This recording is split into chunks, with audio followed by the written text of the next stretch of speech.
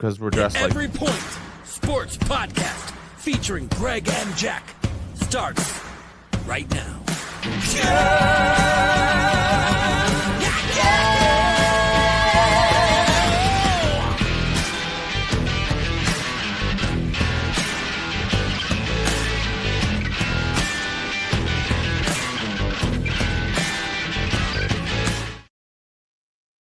Ladies and gentlemen, how are we doing on this Sunday? I am Jack Stash. We've got the OldGamerGK Entertainment, Greg, with us today. How are we feeling, Greg? The Apollo Creed of Every Point Sports Podcast is doing great today. I was just going back listening to that over the week, our last podcast, because I like to listen to it, kind of see if we have any technical problems throughout, seeing if Jack and I have any dead air time, anything we can improve upon. Dude, you had me cracking up. Like that went way over my head when we were talking, and I was like, "Oh my gosh, that's funny." I was dying. The Count of Monte Cristo. I have to stay in shape just to get your names out of my mouth. There's just a list as well. I'm like, I am this guy. Hold on, let me read Greg's laundry list of paper. No, it's great though. It's great. You do a lot of things, and you deserve all your accolades. I appreciate it. We work hard over here at OldGamerGK Entertainment. We really do. We are masters of our domain. That is a Seinfeld reference for all of our friends out there that enjoyed the show over the years. And I use the term because we are dressed as though we are ready to receive that green jackets. My pick, full disclosure, I have witnesses to this. I picked Rory McIlroy to win this year's Masters. I thought as long as he doesn't end up in the woods or the sand trap a lot over the first 2 days. Here's the thing with Rory. He always starts off +1 to +3 the first 2 days. Then he figures out how to play golf. I'm the messenger. And then he scores the best scores and ends up -6 to -8 in every Masters and ends up anywhere from, 10th to 5th, which is a good score for him. If he could stay out of the woods in the sand trap, I've always said Rory's got a shot. Well, wouldn't you know it, folks? Rory's on the top of the leaderboard because he has done those exact things. I agree. For me, I've always liked Rory. I liked when he was coming up. I liked the young kid coming up. I mean, we all know he's still a young man now. But ever since Tiger, we talked about this briefly, but ever since Tiger stepped away or stepped away from being the face of the PGA Tour, Nike and the PGA has been looking for that next person. Well, they thought Rory was it, and every year it seems like Rory shows that glimpse of what they thought he was going to be. Listen, the guy has had a phenomenal career. Any golfer in the PGA Tour would probably love to have the career that Rory had. So I'm not diminishing anything this guy has done. Nothing. The guy is phenomenal. But I'm just talking about, like, he was supposed to be one of the best of the best of the best. Like, names up there with Nicklaus, with Arnold Palmer, like with the greats he was supposed to be up there with. So that's all I'm talking about when we're talking about Rory right now. We're not talking about what he has done in the past. And as far as beating the majority of the field, he is phenomenal. He really is. But I'm talking as far as the greats. He was supposed to be one of them. And I just think he could have been that, but it was just too much pressure for him as a young kid. He was a kid. Like, not everybody could take the pressure that was put on Tiger Woods when he was coming up. His dad prepared him for that. Tiger's dad prepared him for that. I don't think Rory was truly prepared for this. I think he was just he was out there, a young kid golfing, enjoying the game, people started murmuring, oh, he could be right up there with Tiger. I think he's going to be the next Tiger Woods. Well, stuff happens with Tiger. He steps away. Whatever happens with him. And so it's Rory's time, and so much was put on the kid. I just think that it was almost impossible for 99.9% of the population in the world to step up to that. I think Rory's had a better life than Tiger Woods has. Despite him not having the wins, I think he has I think he's a better family life. But I think he listen, I agree on those aspects. Tiger is right there with the Kobe Bryants, the Michael Jordans when it came to intimidation, when it came to practice. You know, like there wasn't another person. He was on that spectrum. right. Rory isn't on that spectrum. Rory is more, like the I I don't know, the Pippen. next step. Yeah. He's Pippen. Pippen had a great year the first year that Michael walked away. But even Scotty, in his most honest moments, he said, I I could have been as good as Michael Jordan. And he goes, and I realized that part of that was true. I averaged 26.7 points a game that year. I went to the Eastern Conference Finals and we lost to the Knicks. But he goes, I was totally burned out at that point with the media having to do all the engagements, all these other things that Michael did. I just thought I could score as much as he did. And I had a really great year. I went to the All-Star game. I did a lot of stuff, but to continually do that, like we won championships with Michael and he did all that other stuff. Right. And And gambled at all hours of the night. he's correct. I mean, yeah, right. You There's know, I no mean, other, incredible some of the stories you hear about him. I mean, superhuman. What, you know? but for the 5 minutes to 10 minutes that Scotty just wanted to sit in a chair and just sit in a chair. Michael used to do, like, here's a great story about Michael started smoking cigars because somebody gave him a box of Cubans and he hated Chicago traffic. How about this? Hated it. Couldn't even, like, he started getting nervous in traffic. He's an old country guy, right? He's from North Mhm. Carolina, right? So he started smoking cigars to pass the time in traffic. Then he started doing smoking cigars during his interviews so he would know when the hour was up. I mean, like when you think every single moment of his life, he built out for himself. Mhm. And Scotty just wanted to have a couple minutes. And I feel as though, Rory would never enjoy any of the fame. Mhm. Tiger Woods enjoys being the leader, and all of this was placed on his shoulders. By the way, it's all he has, Yeah. right? Because Rory has all these other things. You could see he'd probably rather Well, it's hang out with I a don't kid. wanna say that because it seems like he has a really good relationship with his kids. Tiger. Tiger does. Oh, right. But You know, my divorced, I got you, cheated on his wife, I got you, I got all that. But doesn't have the storied family life that Rory has. I understand that. But I just want to preference by saying that, no, Tiger has, as far as we know, the perception is he has a great relationship with his kids. brought that relationship to the forefront with golf. Mhm. I feel like Rory be just as happy playing with them in the backyard with their favorite whatever dumb game it is. I agree. I agree. That's my whole, yeah, right. Without the stick in the hand, I wonder how does it look? Mhm. Without the ball on the ground going into the tee, right? I don't know. I And don't know. I I don't can't wanna make either. any excuses for him, but that's all he's known. That's right. You know, I mean, the kid was on, what was it? On, I forget what show it was, at the age of, like, 5 years old, punting a ball, Yeah, I you think it was know? Merv Griffin, yeah. Yeah, like, the kid, that's all he's known all his life is just he's been great at one thing, and that's golf. But so we gotta be careful. We gotta be a little careful today, right? Because Rory McIlroy, we stated, is not a killer. Mhm. Yeah, He he ain't. just doesn't have it in him. He's not a killer, and he had an opportunity yesterday to go for it, and he got nervous. You saw with some of those par putts that he missed that were stuff that you can make in your backyard, and he missed them by a lot. He didn't Mhm. just it wasn't like a cup out and it burned his confidence. He started walking around that green. I went, man, if you're nervous on Saturday, I wonder how Sunday's gonna look.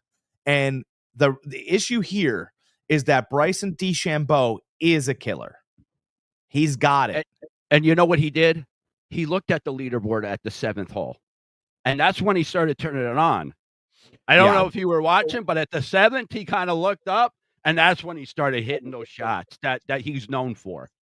Yeah, and last time these two had met on a prior day, DeChambeau threw him to the wayside. Mhm. And I'm telling you, maybe Rory gets him this time. But if he doesn't get him this time, that conversation is going to be, Rory McIlroy had a really nice career. Every time he went up against the guy that really had it, He never faced it. Yeah. Never. And it won't diminish his life or anything else. Like, he'll just let it go. But in the grand scheme of things, we can't put him next to Tiger.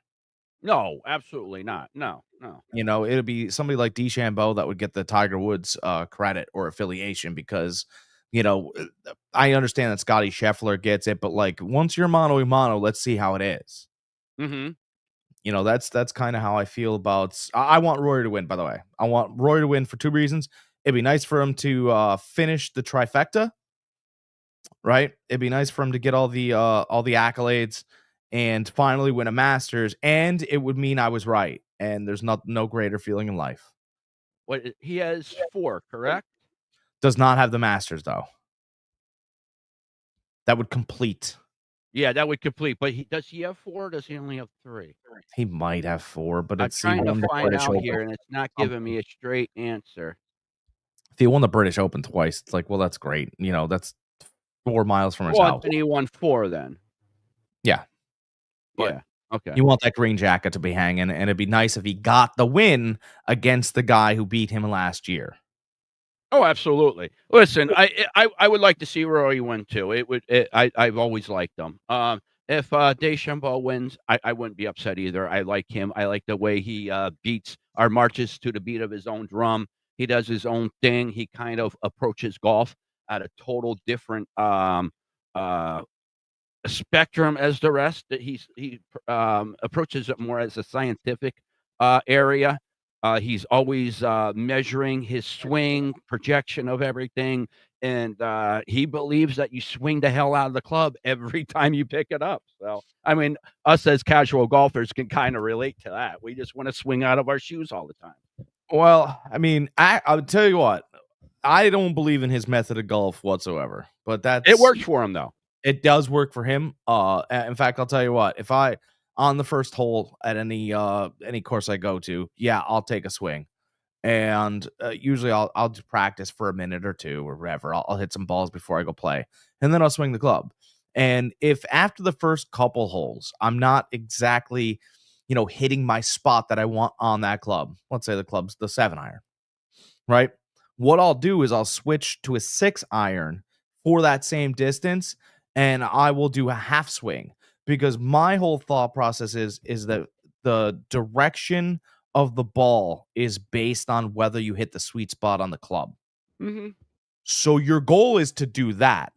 You could swing that club as fast as you like. If you're not hitting the sweet spot on the club, enjoy the walk in the woods. Oh, absolutely. But I'm just saying, Now, as casual golfers, all of us, especially when we're out with our buddies, we have a couple beers in us. Every time we step up to that tee, we want to crush the ball. yeah. Yeah, you want to hit it It's well. just, and that's why we can relate to Bryson DeChambeau. Yeah, and he's gotten a little bit he's got a little friendly over the years too. So hopefully Yeah, I don't know if you guys have checked out his YouTube channel or not. But he plays against other golfers, other people and stuff, and it's really good actually. It's a really good watch. Plays 9 holes.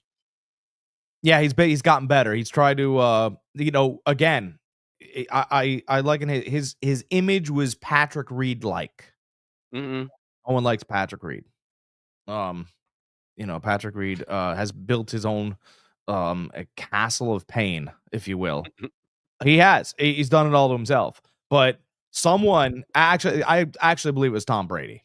That's who I think it was. I think Tom Brady got together with him, and maybe they have the same management team. I'm not sure. I'm speculating, but I Mhm. think it was Tom Brady and him golfed, and obviously he probably lent him some nice words. But he was like, I like what you're doing here. Just, remember the fans. That's something that Mhm. Tom Brady would say exactly before he left. And maybe Bryson DeChambeau was smart enough, right, to look at how he reacted in certain episodes. And he went, oh, shit, all right, well, let's do a little bit better here. And he Mhm. has. So, Yeah, yeah. I mean, hey, grow as a human being. That's all you can do. yeah, I'm not going to knock you for, being a snarky 25-year-old. I mean, that's crazy. I will then, though. I will Yeah. then. If I'm given different information, I have the right to change my opinion. But my opinion in that moment will be steadfast. It'll be Mhm. exactly what we're all feeling at the moment. Mhm. feel like that's a great time to shift to football in this Oh, draft. absolutely. I feel like Absolutely. because this needs to be said too. I am absolutely so. If I am on the clock with the number one pick, I'm not even thinking. I'm not even thinking about it. If I'm Tennessee, I would draft Shador Sanders. I'm saying this point. I'm a Will Levis guy. Am I not, Greg? I'm a Yes, Will you are. Levis Yep. guy. I think Will Levis can sling it. I think he can make his own wide receivers. I do think he needs an actual wide receiver. We need to build around him. But I would draft Shador Sanders because Shador Sanders does the one thing that Will Levis does not do. Every time Shador Sanders opens his mouth, there is a week's worth of coverage on it. I mean, they're talking about nothing. They're Mhm. talking about him doing a 3-minute interview with somebody for a week. If he's good, bad, indifferent, they're going to talk about Deion Sanders' kid all the time. So what that does is that creates more money and more revenue for your franchise, first of all. Initially, definitely. And then what if he's good? Like, you have to look at it. What if he's good? What if he's well, if he's bad, I'm going to sell tickets because people want to see Deion Sanders' kid. If he's good, look at what I did. Look what I did. Now it's Trevor Lawrence. We don't know if he's good yet. I know everybody, oh, Trevor, stop that. CJ Stroud and now Shador Sanders in that division? Please.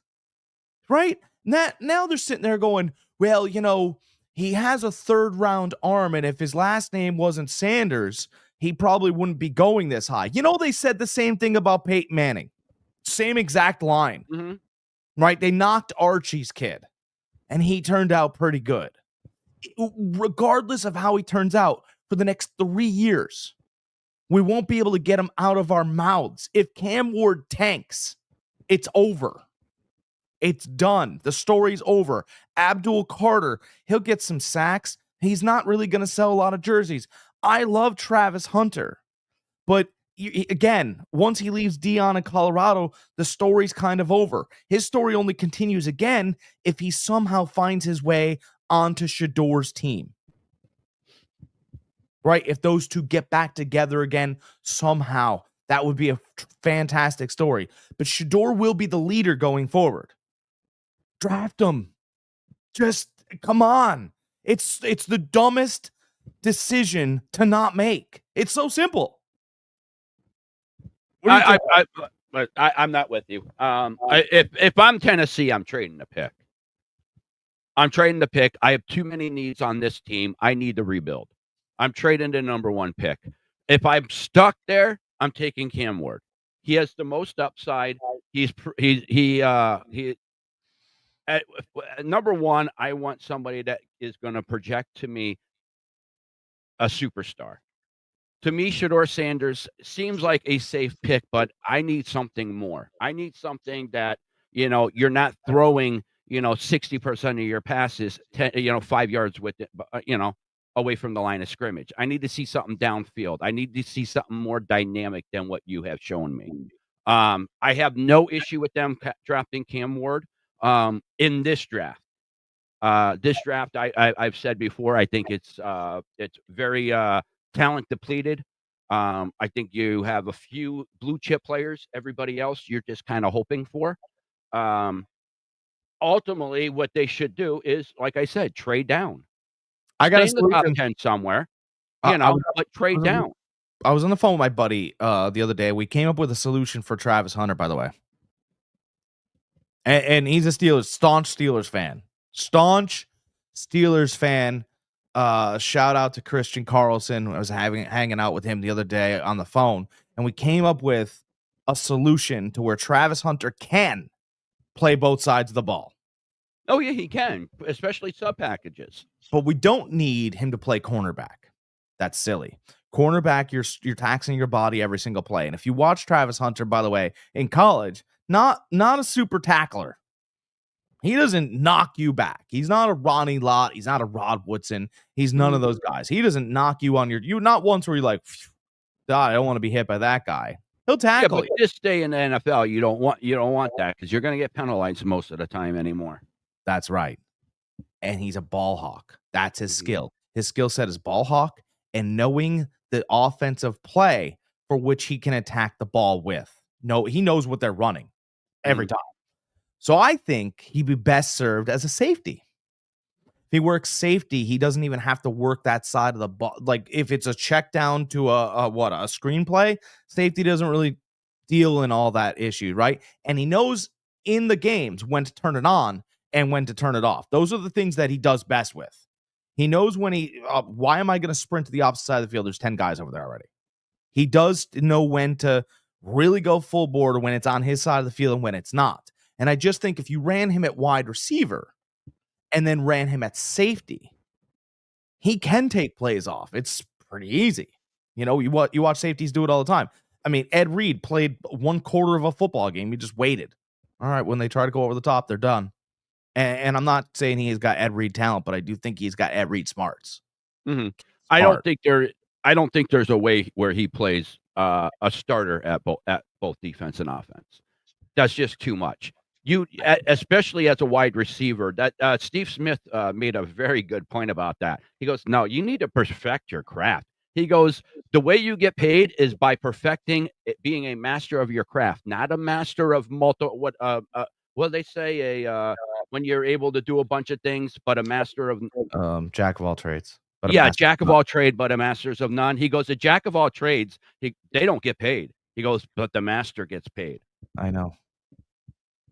I'm sorry, Jack. No, it's But fine. I'm just saying, is I do see a point where he plays both positions. I just see more on defense where he plays a bunch some sub packages. Comes down on 3rd down as a nickel back, comes in on on a play that they really need, because he can still be a shutdown corner. He doesn't even need to know, like you said, he doesn't even really need to know the defense. Say, listen, you cover that guy there. That's it. Well, I even have the team that he would play for, if you're interested. The New England Patriots. And the reason why is because their coach, once upon a time, was a part of a team that did this. Yeah. Oh, yeah, Troy Brown. You're right. I was just Troy gonna say Troy Brown Brown. is Mhm. not near the athlete that Travis Hunter. Smart kid, good draft pick, but let's not put Troy Brown's out of college athletic, prowess right next to Travis Hunter. It's No, not. not even close. Not even close. Okay. No, because Hunter is gonna be whatever position he picks at, he's gonna be a superstar at that position. So we don't even need him to be a number one wide receiver because we've got Stephon Diggs, and Stephon Diggs will be the number one. But Diggs will train Hunter, and those two working together, again, we gain interesting, Mhm. right? Because Hunter and Diggs is now interesting, not only on opposite ends, but when Hunter has to guard Diggs in practice at the cornerback position, that is interest. And by the way, if you got to guard Diggs and then you go play wide receiver, let's see if you can handle those things. We're going to learn real quick in practice. If you can guard Diggs, I'm pretty sure you can guard anybody. And then if you can, on the opposite end, play wide receiver right after those plays, maybe we can do certain things with you. I want to learn. But I think Vrabel would be open to the idea, right? I Oh, just, absolutely. Mhm. for me, that would be the best landing spot. Not only is Hunter used, but he's very interesting in New England. I think that would be a fantastic landing spot at 4. So if Tennessee passes, Cleveland passes, by the way, no one wants to play for those organizations because they're laughable. The Giants don't know how to sign talent anyway. Oh, And now, the thing with the Giants is they got their number 1 receiver last year with, Neighbors. yeah. So for them to pick up another one, I mean, would that be that would be a pretty stud move by him, but that's a luxury I don't think they need. No, I still think the Giants are going to draft Cam Ward. I still think they're going to draft Cam Ward, and Cam Ward's biggest problem is let's see if he can make decisions in 2.5, 3 seconds. Mhm. Because he's had 8-second pockets. I'm telling you, man, you can't go from laying on a nice mattress to a piece of wood, and that's what Cam Ward's going to get. I think the greatest Shador Sanders statistic is he had a 70% per completion percentage with one of the worst lines in college football. Mhm. One of the worst lines. I mean, Genty behind that line maybe have only gotten you 1,000 yards, and he's talented. Mhm. So Obviously you need the holes to open up. And if you don't have the holes open, you could have bigger problems. But I just think that you're getting eyes on your team immediately if you draft Sanders. I just, there are certain teams that wouldn't want to do that. Again, I think he would handle the New York media easily. I don't think he'd have problems with the New York media. Um, Mhm. a couple mentions this week. They talked to him about Pittsburgh. What if Pittsburgh moved up to blah blah blah? And he said something that I mentioned, and I thought that Mike Tomlin reminded me a lot of his dad. I watched a lot of the Prime stuff on Amazon Prime. Becoming the Colorado Buffaloes or whatever. And like, look at man, Deion Sanders doesn't mess around. He really doesn't. He goes, "What number do you want?" And the guy's like, "I want 23." He goes, "Well, he wants 23 too." And the guy goes, "Well, I said it first." He goes, "No, no, no. We work for our number around here. You Mhm. earn that number." He goes, "If he gets the spot on the starting team, you get 24." And he goes, "You only get 24 until somebody else wants 24." See, he goes, "We're fighting for spots here." I just think that's very Tomlin-esque, and I think it's very interesting, even more interesting, because now in that division, you would have Burrow, clearly, Lamar Jackson, right? Shedeur Sanders, and Kenny Pickett, I guess. Whatever Cleveland decides to roll out there with. I'm not exactly sure, but I think they've moved on. I think Deshaun Watson's gonna be I don't know, running a massage parlor. He spent so much time there over the years. He probably knows how the business plan works. I would think, wouldn't you? I mean, Cleveland could very well draft Shedeur Sanders. Could very easily draft him, They could. They you could. know? And that would be a direct signal to like, hey, look it, we're moving forward here. Obviously, Oh, I think they already said they were moving forward without saying it. When your owner comes out and says, "This was a mistake as a trade, we took a big swing and we missed," it's over.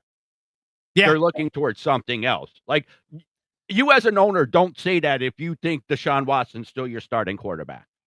yeah. So you're right. And they brought in Kenny Pickett. And the reason why I said Kenny Pickett is because what Cleveland was trying to do here is they were trying to bring in, they were hoping they could have got Kirk Cousins. That was their whole plan, by the Mhm. way.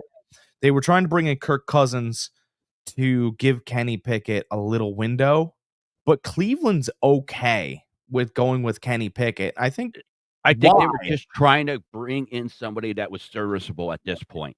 I Well, don't think that they're settled on him right now, but I think that they were like, "Listen, we can get this guy right now.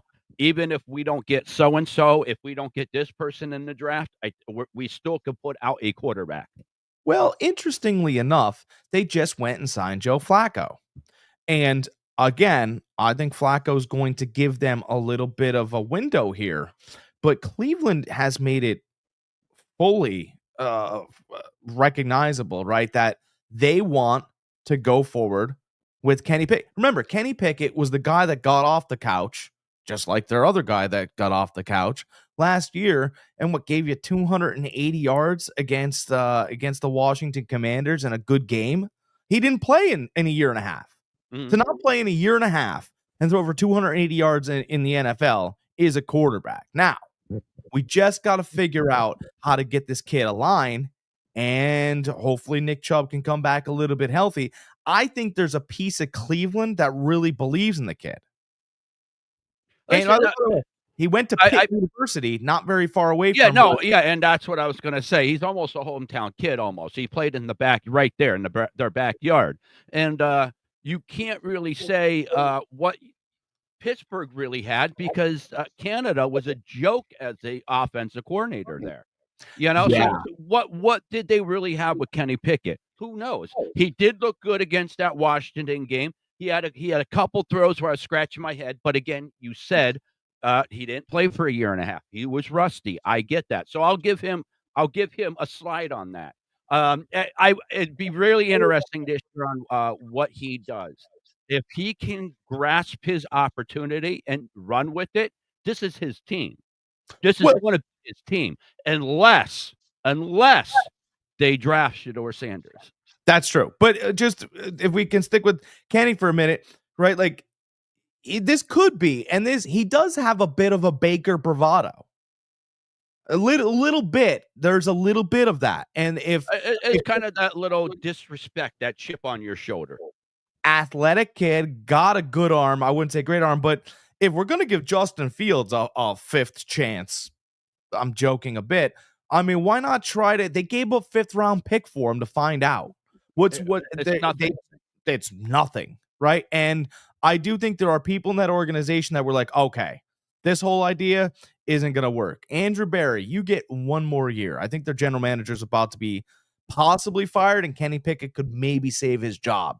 I know this Mhm. is a long segment on Kenny Pickett, but at the end of the day, if there is some relevance here, like he's Will Levis a little bit, right? Good arm. I think that Brock Purdy has helped these quarterback. Oh, okay, well, geez, if we make it easier and simplify it a little bit, maybe he could pick the right spots. I think Kenny Pickett could be a nice reclamation story halfway through the year. That's why we kind of bring it up here. Absolutely, he definitely could be. Something I really want to touch on too is your guy, Derek Bicycle Carr, uh, possibly I love needs it. How shoulder surgery. become a thing. Derek, why do you call him bicycle? He's not a bicycle, he's a car. I go, I've never had a car run that bad, and they go, oh my god, you're right. Um, possible shoulder surgery. That shoulder has never healed up properly, I guess, and possibly he might miss a significant part of the season. So Well, that opens up the door for Shedeur Sanders to the Saints. are you telling me that Derek Bicycle he is injured by himself? There is no It's football. it's an injury that happened, what, 2 years ago, they said, that never properly healed correctly? His body doesn't even want him to play. His body, Derek Bicycle's body's like, well, break ourselves. We'll break ourselves. We'll tear this thing down. You know what? Blood cells, don't even go over the shoulder. See if it can heal on itself. We're done here. We're leaving. His whole body's leaving him. Yeah. That's how bad it is. You're right. It does open the Shedeur. That's a good coin phrase for Sanders to go to New Orleans. Yes. I mean, there's a lot of opportunity here. Obviously, new head coach in Kellen Moore. Mhm. He would want his own project. Oh, It absolutely. would be also nice for for Shedeur to be wearing the same colors. That would also, Your you know, wide receiver would wanna play again? Wha Olivier? Olivier? Olave would want to stick around and hang Yep. out. Maybe he's got some speed in Shaheed. Kamara, you got some weapons there. Uh, Mhm. but you're right. I do think also I kind of want to put this out there. I kind of think, doesn't it? It's a little interesting. The Sanders don't want to go to Tennessee and Cleveland. They don't. Mhm. And Dion's made it pretty specific that he doesn't want to go to the New York Giants. And I think it's because they won't offer his kid a fair contract because they don't know what talent looks like. That's Mhm. also so I wonder in private circles if he's just talked his kid down. I mean, really. Who? I wonder if Dion has talked so much and Shador's like, yeah, man, I don't really care about the NFL draft. Like, and people are like, what? To where he's talked himself down into a team that has talent. Where he's I don't talked think himself it down I to don't a think better it's that. opportunity.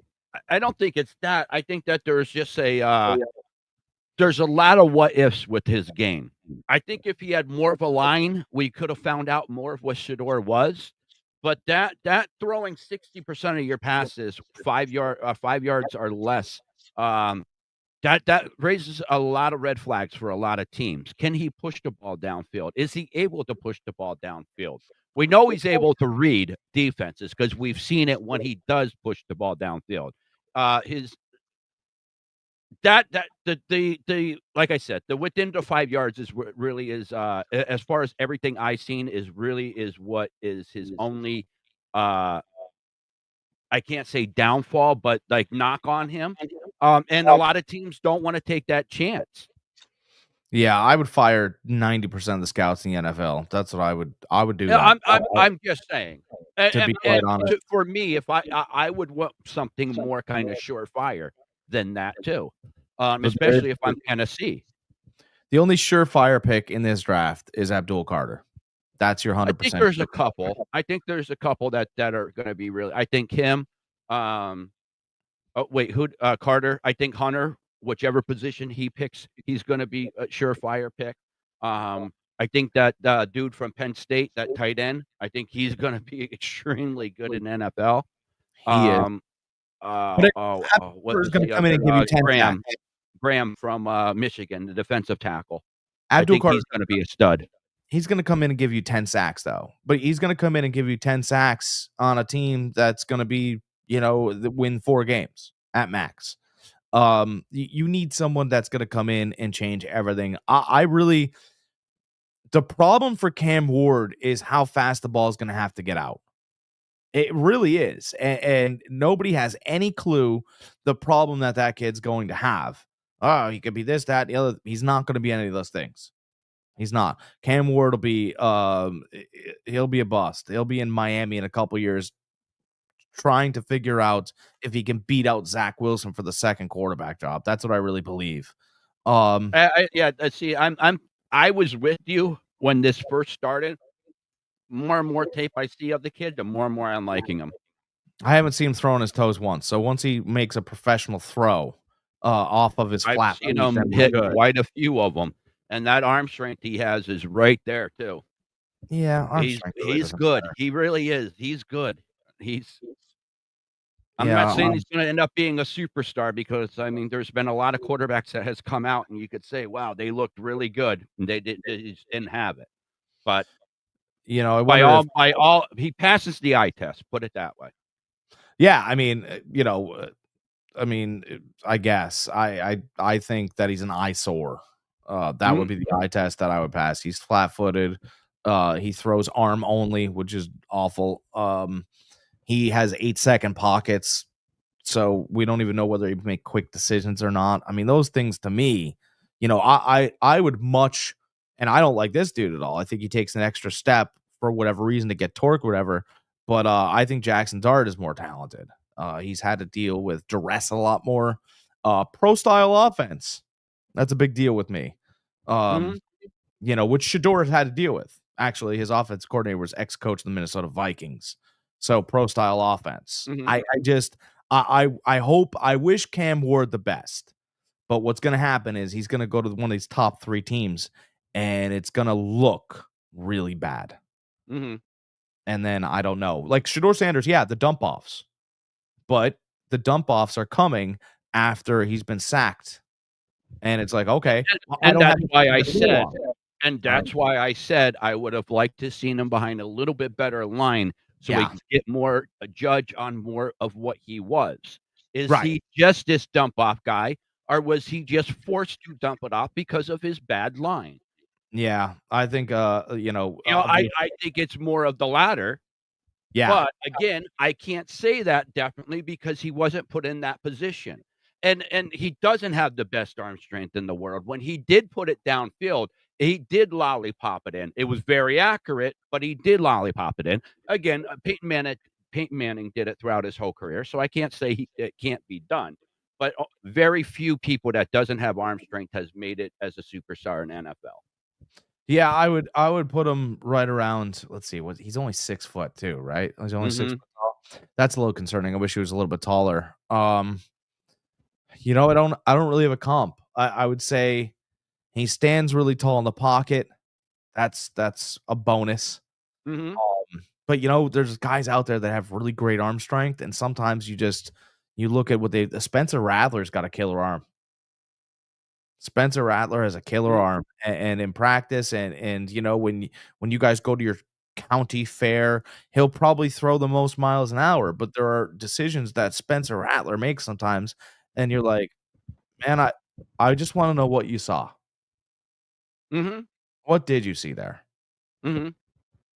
No, Chad listen, Pennington, weak it arm. it it they're, a quarterback's superpower isn't their arm. It's being able to dissect what the defense is and being able to put the ball where it needs to be at that point of time. Did Aaron That's Rodgers what come here with Tom Brady goes, "My superpower wasn't arm strength. It wasn't this. It wasn't that. My superpower was outworking and knowing what that defense was gonna do before they did it." Did Aaron Rodgers come in with a weak arm, like a weird mechanics and stuff like Yeah, that? he had an elongated throw coming out of Cal, and his knock was he didn't have the strongest or most accurate arm. Yeah, and he was 6'2". I forget, to be honest with you. I mean, Yeah, I'll take a look here.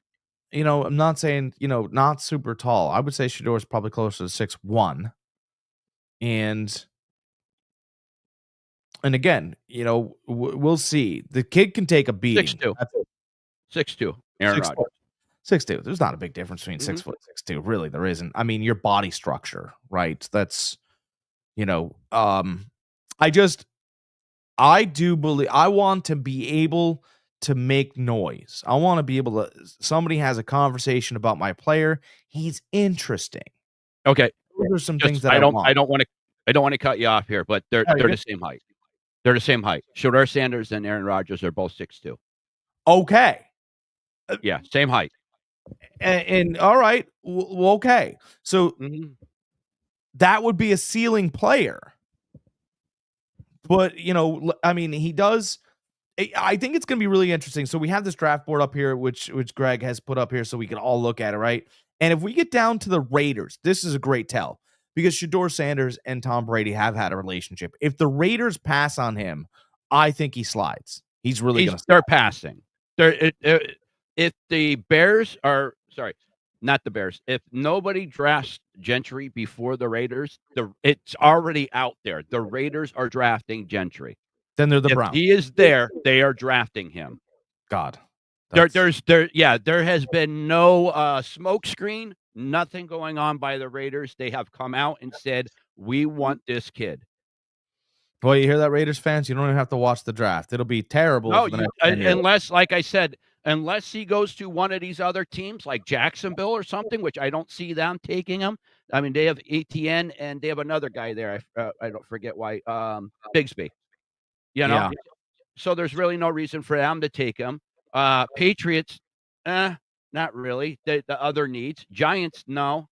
Well, at Yeah. number 3 though, that's kind of a reach. Cleveland ain't touching them. Tennessee ain't touching them. Not at number 1. Not unless they trade down, which I'm all for Tennessee. Listen, if you guys are listening to me right now, trade out of number 1. I wouldn't do that. I wouldn't do would. that. I trading I your would pick up a next year's first. I would pick up another second, another third round this year. Oh, please. I would load up on my picks. trading your picks is a fantastic idea for a franchise that has had success. But they have too many needs. If you trade away the first pick, you still keep in the top 10, top 15.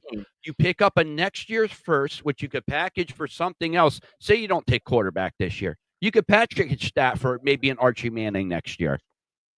No, but okay. So I trade and I have all the picks, right? Which I want to touch on really quick because we talked about the Saints. I want to talk about this ideal situation for the Saints. Okay. All right. Yeah. Saints go into this year saying, all right, we're going to ride with Carr. Whoever our backup is, he's going to be our starter until Carr comes back. I know what you're going to say. All right. I said this the other day too. Go ahead. They ended up tanking the whole season. Yeah. They come back. They have their first pick next year. Who do they draft? Arch Manning. Yes. Yeah. That's what I think is going to happen, to be quite honest. I think they ride with Carr one more year, and then they do draft Arch Manning. I think that happens. I 100%. Can you imagine that? I 100% think that happens. Yeah, I think that's going to happen.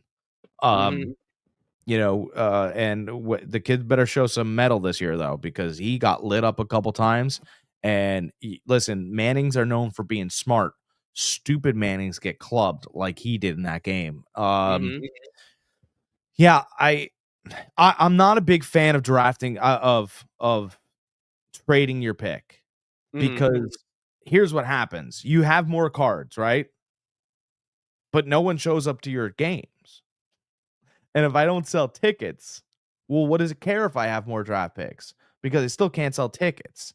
The whole name of this game is, yes, have a successful team, but you need to be able to make money selling tickets. And if I don't have any excitement, like you can't be like, hey, guys, we got 3 more picks next year. You want to buy tickets? No. In Yeah, this but you team, can't in this keep draft, selling but you just can't keep selling number 1 pick. All right, this number 1 pick didn't work out. 3 years later, you have the number 1 pick again. You can't keep selling that to your team yeah, or but the to Titans your haven't had fans. another. You need to kinda think of, try a little bit long term. You're still gonna be in the top 10, top 15. You're still getting an impact player this year. Plus, you're getting another second, third round pick this year, first next year. That second and third round pick, you should definitely be bringing in another 2 to 3 impact players. Yeah, that's assuming that Tennessee knows what they're doing, and I don't believe. No, exactly. No, and that's why you need a good ran organization. I mean, the Patriots did it for years, trading away trade away this pick, trade away this pick, keep trading down, acquire picks, acquire more players. It worked for them for a little bit while they had Brady, but Brady actually covered up a lot of deficiencies we found out with that team when he left. So Yeah, and why was New England able to do that? Because they were a successful franchise, so it didn't yeah, matter if they'd right. So you have to have the success first. Then you could start dictating which cards you want to move anywhere. I got to sell tickets this year. How am I going to be able to do that? That's my first problem. My first problem isn't even a good football team. My first problem is when I sell that playbill or whatever you would want to call it, right? When I give the ticket to the fans, whose face is going to be on the front of it? And that's probably why Tennessee's going to draft Cam Ward, not because he's the greatest talent, but because they think that that's their face to sell their franchise this year. That well, I mean, the they're going quarterback to have. usually is the face to begin with. I get it. I do agree with you, but I want to build a team. If I'm the GM, if I am the coach, I'm saying screw you and I want to sell tickets this year. Let's sell out in 2 years when I have a Super Bowl contending team. Well, see, here's the problem. Buffalo has an agreement with the NFL. They're building a new stadium up there, right? Jacksonville has a new agreement with the NFL because they're going to build a new stadium, right? Houston's been good in your division. Indianapolis is still living off Peyton Manning and Andrew Luck. You might not have 3 more years in this NFL. Tennessee might be on the move. I mean, I'm being for real here. You might lose ownership of your team because you're not selling enough tickets. This could be a real problem. I'm just putting it out there. I don't know the facts, but you might not live very much longer, right? You got to Mhm, kind of, I get how to build a team. Your time might be up. Steve McNair ain't knocking down your door. Eddie George can't run anymore. I mean, what are you living on? It's been a while here. And, mhm. and you don't want to not for nothing there here, Tennessee, but I claim that Cleveland Browns are the worst NFL franchise. Your name's right next to them. And they have a long storied history. And they have the Hall of Fame in their state. Tennessee's got country music. Mhm. Yeah, they have Nashville. But I'm saying, like, you have real problems here because you're trying to build, even the Carolina Panthers, which are on that list, right? At pick 8, right? They have a direct NFL funnel now in the North Carolina Tar Heels with Bill Belichick. They've got a direct guy to where they can have conversations with about their team. Tennessee's in trouble, I believe.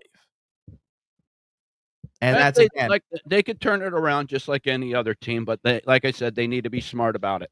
And for me, being smart about it would be acquiring some high-end draft picks, not no 4th round, not 5th round or anything like that. I'm talking 2nd and 3rd round picks, a first next year, maybe in a first next year. I mean, the Niners to move up from 11 to 3, we gave up 3 first round picks. Well, technically 2 and then a first pick swap.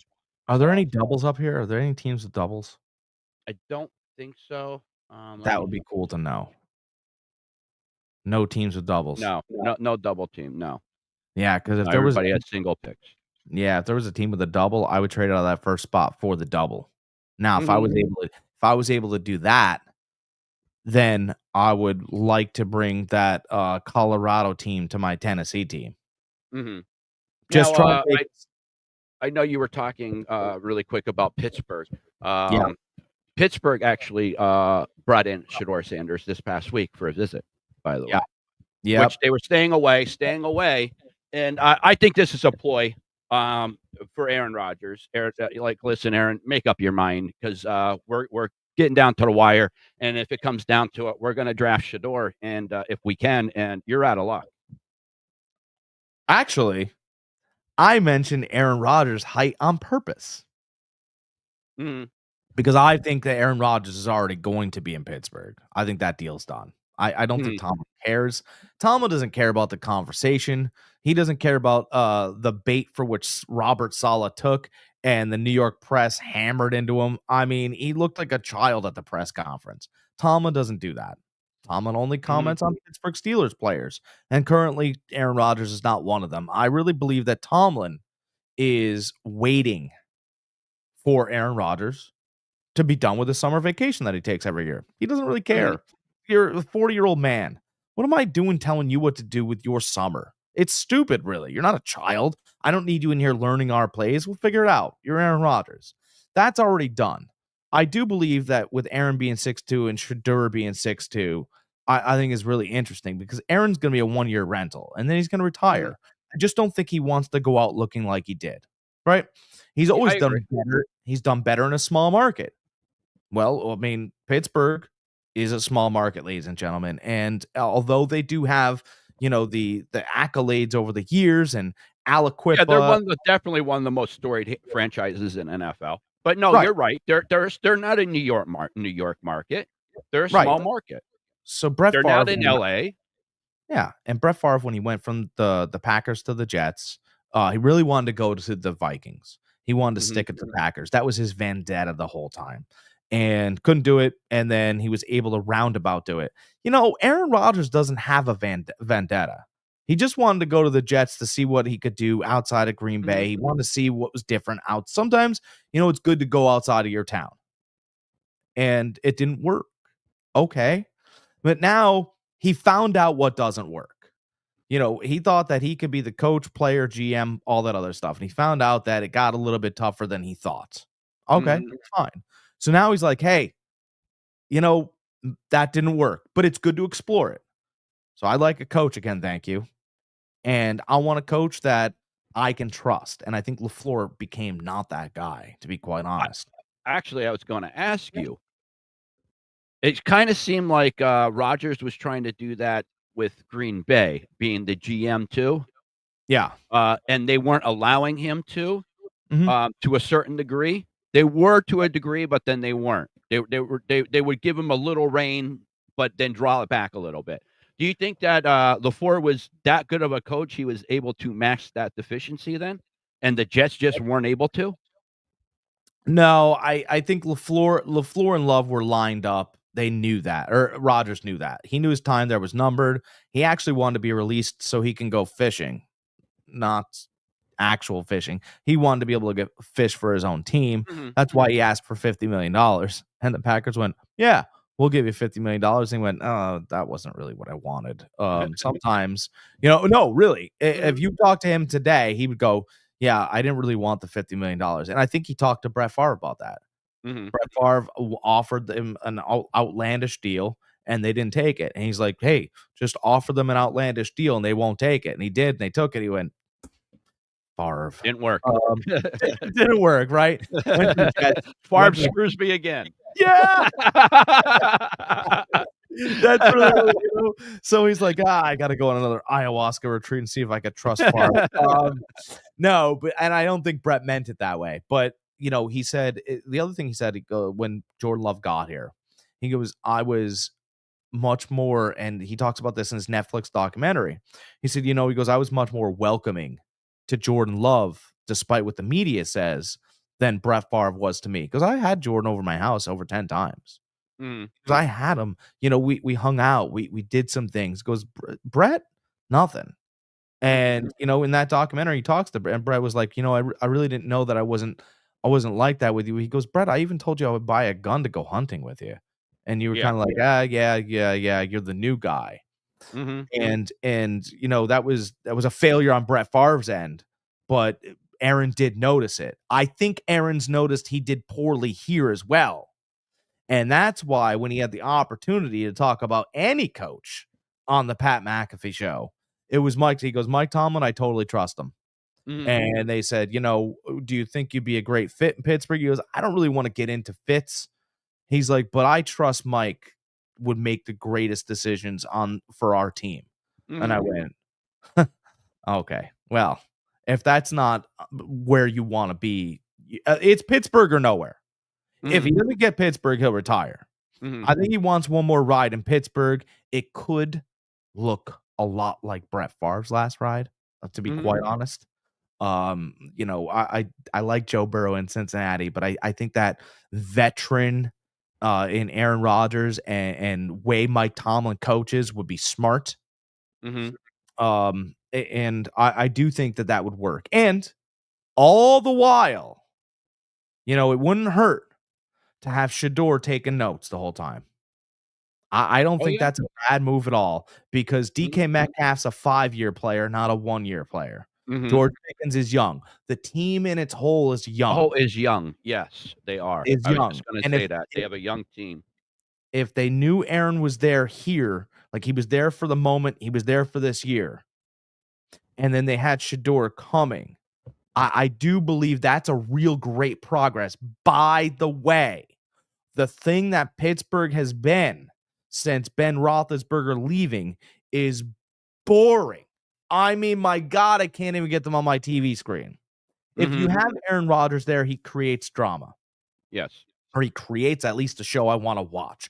Ooh, Mhm. let's see if him and Tomlin will work, right? And if they do work, they win. If they don't work, it's great friction. And then, if not, I've got Shador Sanders taking Aaron Rodgers' job.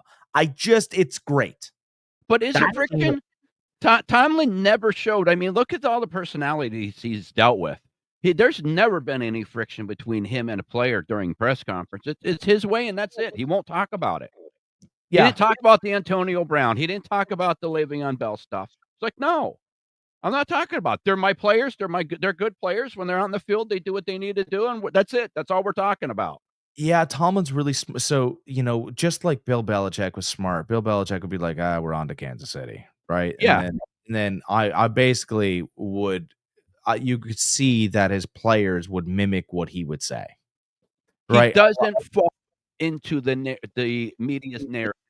Much Well, like you said Belichick did. Belichick didn't let the media create the narrative. He created the narrative because he wouldn't let them. yeah, so Belichick would give them nothing to say. Mhm, Tomlin talks to his team through the media. mhm, So Tomlin gives them quotes to put in the newspaper for them to read. mhm, And it's really interesting, right? He'll sit there and they'll be like, what do you think about this? He goes, well, we all need to play better. And they know that. And if they don't play better, then we'll have to make decisions. But it's not one guy, it's they as mhm, a team, 100%. So we'll have conversations with certain individuals. But at the end of the day, it's the whole team that needs to play better. And he'll quote that and they'll write that. Tomlin says team needs to play better. Every player has to mhm. collectively hang their head and be like, Jesus, I can't believe that he told them. He told them. So when he gets to practice and he blows the whistle, they know it's going to be difficult Mhm. because he said it to the newspaper guy. He'll come into practice. Tomlin's notorious for this and go, we don't need to talk about last week. I think we can all read the newspapers. Yeah, yeah. The conversation is done. Whatever you guys were gonna ask, whatever you guys were gonna think, it's over. That was Mhm. last week, and I quoted it. And that's how Yeah. Tomlin is. I think that's why Aaron Rodgers would trust him. He's a great mouthpiece. He's, Mhm. if I gotta be Muhammad Ali, I better have Angelo. You gotta have an Angelo Dundee as your guy in the corner, giving you some truth and some lies throughout the fight. And Mhm. Tomlin's very good at both of those things. Bill Belichick just didn't want to give you anything. And I think Robert Saleh's too honest to be a head coach, to be quite honest. He'll get another shot, Yeah, but he's too honest. you know, and he'll learn. Hopefully, he'll learn. He needs to learn how to tell people to And shut and up. and and let's be honest, for his first coaching job, New York probably wasn't the best market for him, and maybe a smaller market would have been better for him. somebody where the media isn't as cutthroat, where the media kind of the team dictates, listen, don't be so hard on our team, be a little soft. There's markets out there where the media isn't quite cutthroat, like San Francisco out there. Like the media out there isn't cutthroat. They coddle to Shanahan. He thought he was getting the D'Amico Ryans deal, Mhm. right? He thought he was getting the second most covered team in New York, just like Mhm. D'Amico Ryans got the second most covered team in Texas. Mhm. He thought he was getting that deal. Unfortunately, New York media wants to know about all New York teams. Yes. Yeah. The Mhm. Jets are always going to be under the same magnifying glass as the Giants. And Giants. maybe they would have, Absolutely. if the Giants were good, maybe they would have left them alone a little bit. It just turns out that when we got two teams in this city and they're combined 7 wins, the hammer's coming down for both of yous. Oh, And where absolutely. D'Amico Ryans, obviously Jerry Jones does a lot of the heavy lifting down there for the media. Mhm. D'Amico Ryans just had to win games, and Yeah. obviously, I think both from the same team, right? Mhm. Yeah, he thought he was getting the Ryans deal, and he got the Rex Ryans deal. Yeah. Yeah. Yeah, D'Amico from the Niners, Robert Saul from the Niners, both of them. So, uh, both Oh, great defensive coordinators. So, I you owe me $1 too. You didn't think I was going to be able to get 2 San Francisco Niner coaches on the same plateau as a Rex Ryan reference. You you promised got me that, that. you got that bingo block. I did it, baby. I'll tell you what, my Sunday is fulfilled. Real quick, I just wanna touch on baseball really quick, is, Ohtani. He is, 28 game, I think it was, on base, streak has ended Wow, yesterday, first wow, time. fantastic. So, that's a big deal. He was going pretty strong. That's pretty much all I got for baseball, though. I got something for baseball. Okay. The most fun young, right? It almost sounds like something you would eat from where Otani's from, fun young. The most fun young team out there is the Oakland Athletics. They've Okay. got a shortstop that's fantastic. You got Shane Langoliers behind the plate. They kind of believe in I their picked him up. pitching. Yep, they kind of believe in their pitching squad because they brought in Severino, which is an older guy, still got it in his left hand. Soderstrom is one of your top for. He's tied for the most home runs in that league. He's got 6 home runs. You got JJ Bleday, you've got Lawrence Butler. They're a fun young team. And when they make a push for the playoffs this year, I don't want people being surprised. And bunch of college kids, this will be the last thing I say, and then I got to run for the day. Bunch of college guys, like a bunch of they were playing in AAA, right? And they haven't gone from AAA to the big show. They've gone from AAA to playing at a college stadium because the Oakland Athletics have not been relocated yet. So you have stands to your right, and to the back of it, you got a bunch of guys sitting in lawn chairs. And they're having a blast watching this Oakland Athletics team, and there's no pressure. You're not looking at stadiums and huge crowds at home. You're in a college stadium. Mhm. So there's not this whole weight of a stadium, especially at home, right? There's not the whole weight of this crowd and clapping and flash bulbs. You're not in Yankee Stadium. When you're home, it feels like you're on the road playing for your double A club. And you can just see it. Those things weigh on you in a baseball park. Right? Oh, boo! And these Mhm. guys yelling stuff, right? The guy trying to get his cracker jack to hit you in the side of the helmet while you're at first base or third base. Those things weigh on you. This athletics team is having fun. You Mhm. get to watch them late, so they're an 8 o'clock, 9 o'clock club when they start. And dude, I put them on every night. I They watch them. they weren't supposed to be anything this year. I know, and they have Wilson at shortstop. That's who it is, right? They have acquired such young talent, and they all have snap in their bats and hit the ball. They're like the major league, the Indians, the major league. You know, they were just an acquired bunch of people until they find a home. Yeah, and they're starting to pay some of these players because they don't want them going anywhere. I'm telling you, this team is Do going do to you be. think that do you think let me, I know you need to get out of here, but I just wanna get your quick opinion on them. Do you think they end up relocating, or do you think, Oakland finds some way to keep them there? They're relocating. It does say they're the Oakland Athletics for right now. There's clearly every time they hit on each arm, depending on which batting stance you take, there's a Las Vegas patch that's clear to see. Yeah, I'm hearing the same thing. It's a sponsorship patch, but you know it's heading in that direction. Mhm. But for right now, they are having an absolute blast playing, and it's just fun. What they lost the Mets the other night 6-4. They were down 6-1 in the Mhm. fifth inning, and all of a sudden, the one guy hits a home run, and then the one guy walks, and the next guy hits a home run at 6-4, and you're like, this team is just playing base. It's like Field of Dreams.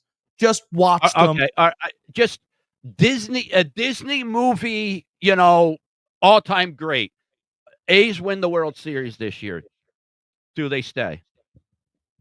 Oh, yeah, I think they'd stay, and this is why they would stay if that happened. If the Disney Yeah, moment that's happened. why I said Disney movie, greatest, because if this happened, it would end up being a movie, just like Yeah. Moneyball was a movie. Like, it would become a movie. By the way, we're wearing A's colors, right? I got green on the Yes, shirt. Greg said we Greg are, has we green in his are. shirt. They would stay, and this is why. So they would be it would be the New York Yankees with all their World Series. There's a trivia question I ask every year. No one gets it right. Who's the team in Major League Baseball that has the second amount of World Series? I'll give you one guess. It's not this team we're talking about. Uh,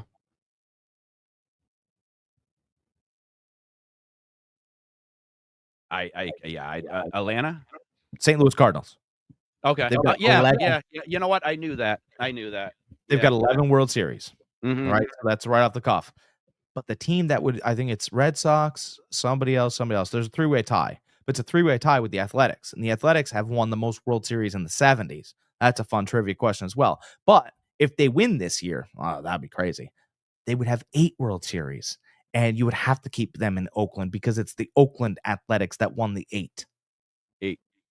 And they'd Mhm. be tied for they'd be third standalone all time a World Series. By the way, do you know why that's great? It's great because the Yankees brought in players. The Cardinals, yeah, they had the Mutuals, right? They had some Mhm. players.